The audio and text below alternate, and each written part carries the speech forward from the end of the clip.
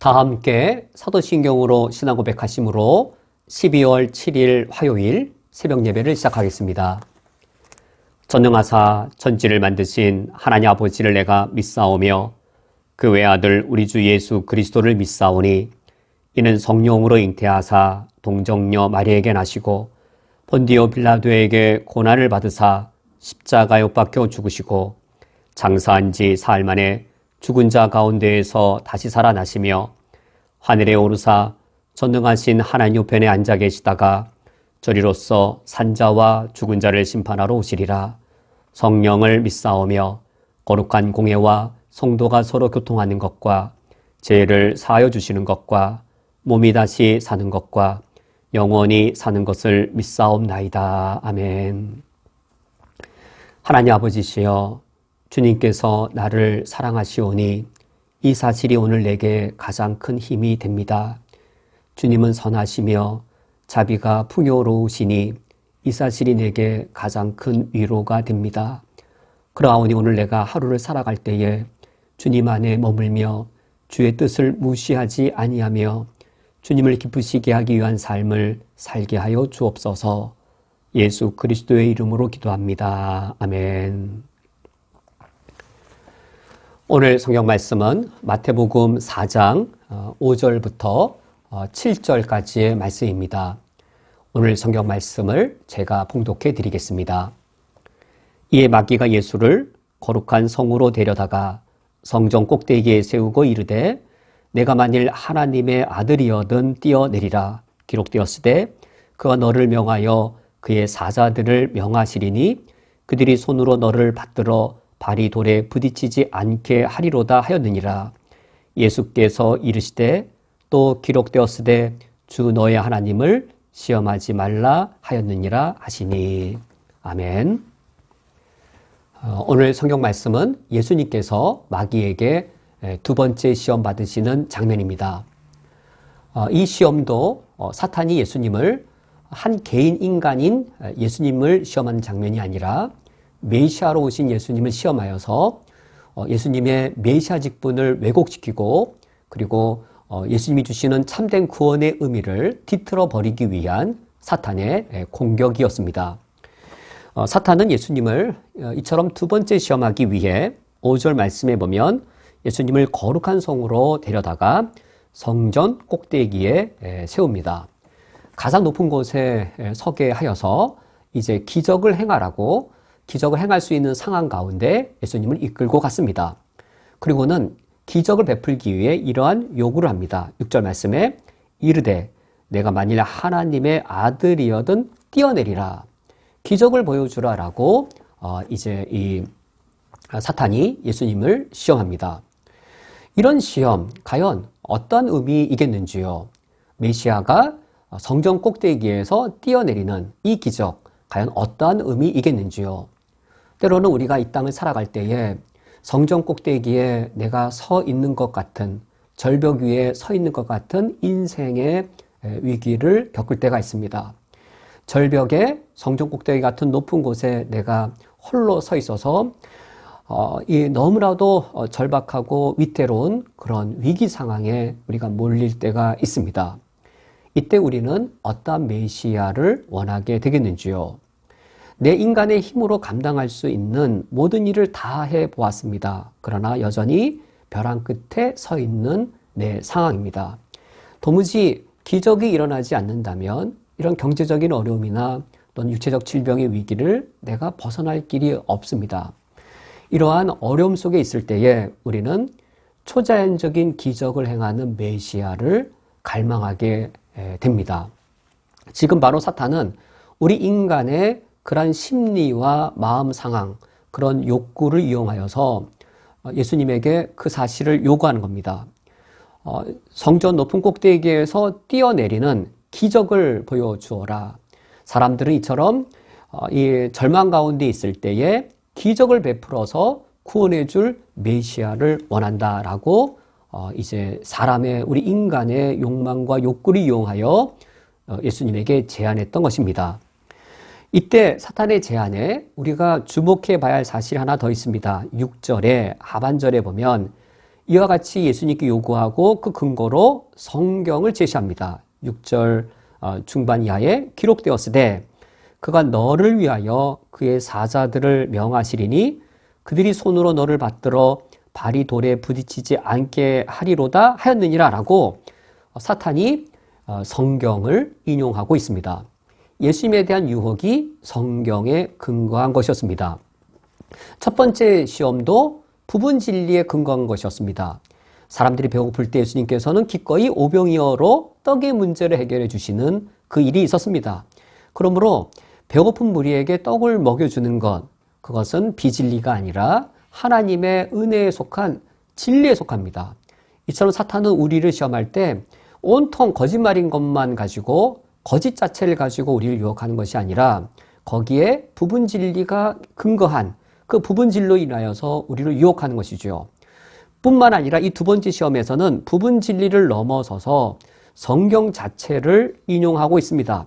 성경 말씀에 따르면 하나님의 아들이 높은 꼭대기에 뛰어내릴 때 그의 사자들, 천사들을 명령하실 것이 아니냐.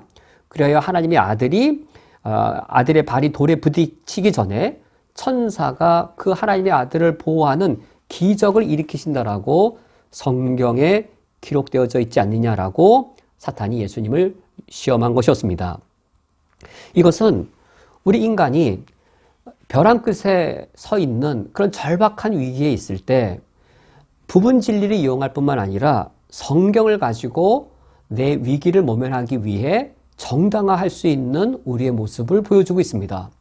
우리가 나의 욕망을 정당화할 때 심지어 오히려 성경을 이용하고 그리고 또 하나님의 말씀을 끌어다가 나의 그릇된 욕망이나 나의 그릇된 바라는 것들을 정당화시키는 것이죠. 이를테면 성경을 보면 하나님께서 아브라함에게 얼마나 물질에 많은 복을 주셨습니까? 라고 성경에 일어난 한 사실을 근거하여서 우리 기독교 신앙을 물질 축복의 종교로 뒤틀어 버릴 수 있는 것이죠. 성경에서 예수님이 수많은 병자를 치유하시는 그 실제적인 성경의 사실을 근거하여서 우리 기독교 신앙을 육체의 질병의 치유의 종교로 축소시켜버리고 뒤틀어 버릴 수 있는 것이죠. 과거에는 기복주의란 이름이지만 현대에 와서는 번영신학과 형통의 복음이라는 더 세련된 형태로 겉모양이 바뀌긴 하였지만 이처럼 벼랑 끝에 서 있는 인간의 그 욕망과 그 갈망을 이용하여서 이 예수님의 메시아 되심을 뒤틀어 버리려는 이런 사탄의 시도는 오늘날도 계속되는 것을 볼 수 있습니다. 이러한 사탄의 시험에 대해 예수님께서 어떻게 응답하셨는가? 우리가 오늘 읽은 이 7절 말씀에 예수께서 이르시되 또 기록되었을 때 주 너의 하나님을 시험하지 말라 하였느니라 라고 예수님께서 사탄의 시험을 물리셨습니다. 성경을 부분적으로 인용하여서 성경 전체의 사실을 뒤틀어버리는 사탄에 대하여 예수님께서는 또 기록되었을 때라는 말씀으로 성경을 부분적인 성경에 근거하여 성경 전체를 뒤틀어버리는 사탄의 시도를 차단해 버리십니다. 성경의 기록, 그러나 또 다른 성경의 기록을 통해 성경 전체의 진리를 바르게 선포하시는데 성경 전체의 진리로 볼 때 사탄의 이런 요구는 합당한 요구가 아니라 주 너희 하나님을 시험하지 말라라고 하여서 하나님을 시험하는 것이라고 사탄의 의도의 본질을 폭로시키십니다. 위기 상황이 초래되었을 때 성경을 내 편의에 맞추어서 내가 이렇게 하면 하나님이 이렇게 해주실 것이다 라는 상황을 설정하고 하나님께 그렇게 하라라고 하나님은 그렇게 하셔야만 한다라고 하는 것은 하나님을 시험하는 것이라고 예수님께서 그 본질을 사탄의 시험의 본질을 폭로해 버리셨습니다. 이것은 이겁니다. 예수님께서 하나님의 아들로서 정말로 성전 꼭대기에서 뛰어내실 능력이 없는가?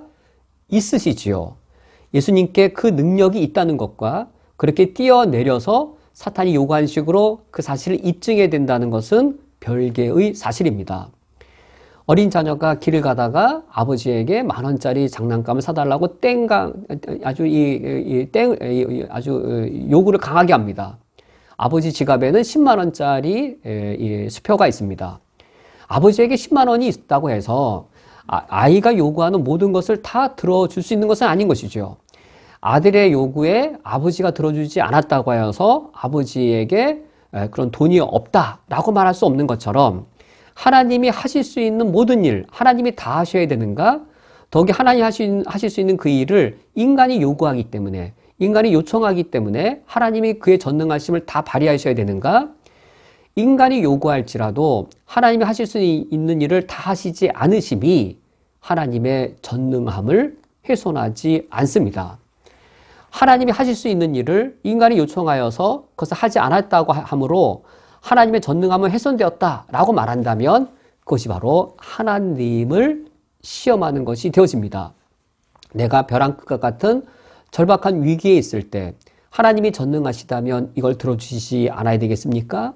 그렇지 않으면 하나님은 내 하나님이 아닙니다라고 요구하는 것은 하나님을 시험하는 것이지 하나님의 전능함을 바르게 믿는 것이 결코 아니었습니다.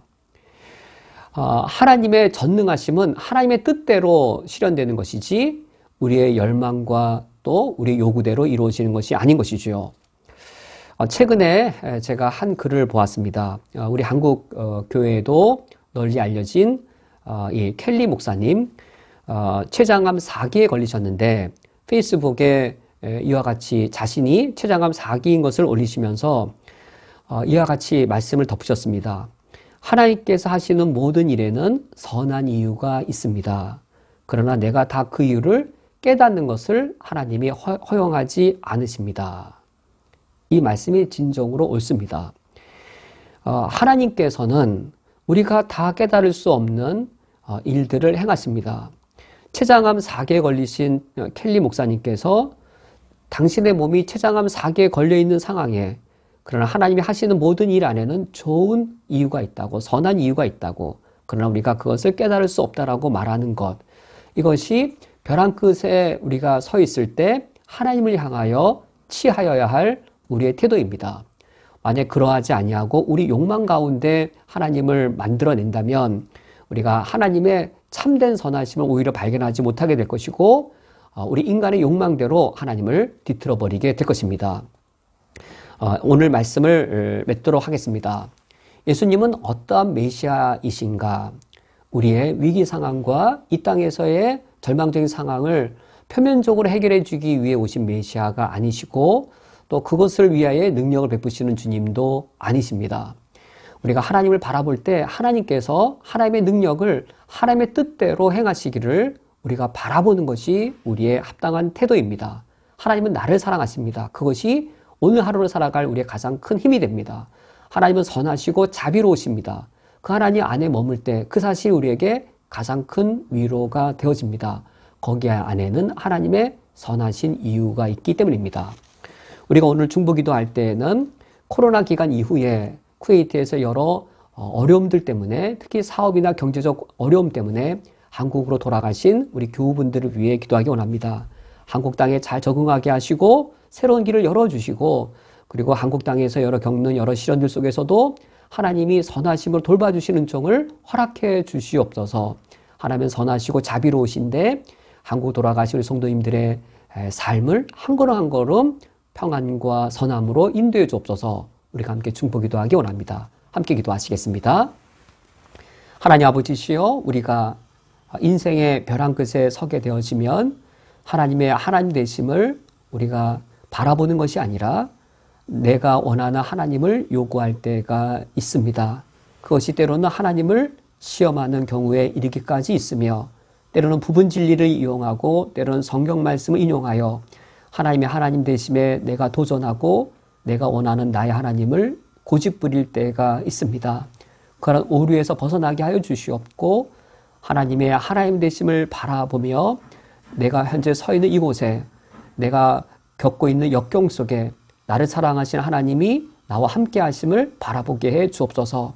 특별히 큰 어려움들을 겪고 쿠웨이트를 떠나 한국에 계신 우리 사랑하는 교우들을 기억하여 주시기 원합니다.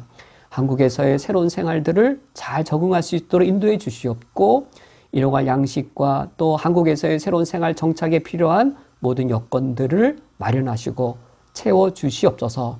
하나님은 살아계십니다. 살아계신 하나님이 내 삶 가까이에 계십니다. 선함과 자비로우심으로 오늘도 나를 지키실 줄을 믿습니다. 쿠웨이트에 거하는 우리들을 그리고 한국에 거하시는 우리 교우들을 주님의 선하심과 전능하신 능력으로 지키시며 돌보아 주옵소서. 예수 그리스도의 이름으로 기도합니다. 아멘. 주기도로 오늘 예배를 폐하겠습니다. 하늘에 계신 우리 아버지여, 이름이 거룩히 여김을 받으시오며 나라가 임하시오며 뜻이 하늘에서 이루어진 것 같이 땅에서도 이루어지이다. 오늘 우리에게 일용할 양식을 주시옵고 우리가 우리에게 죄 지은 자를 사하여 준 것 같이 우리 죄를 사하여 주시옵고 우리를 시험에 들게 하지 마시옵고 다만 악에서 구하시옵소서. 나라와 권세와 영광이 아버지께 영원히 있사옵나이다. 아멘. 샬롬. 오늘도 주님의 평안을 기원합니다.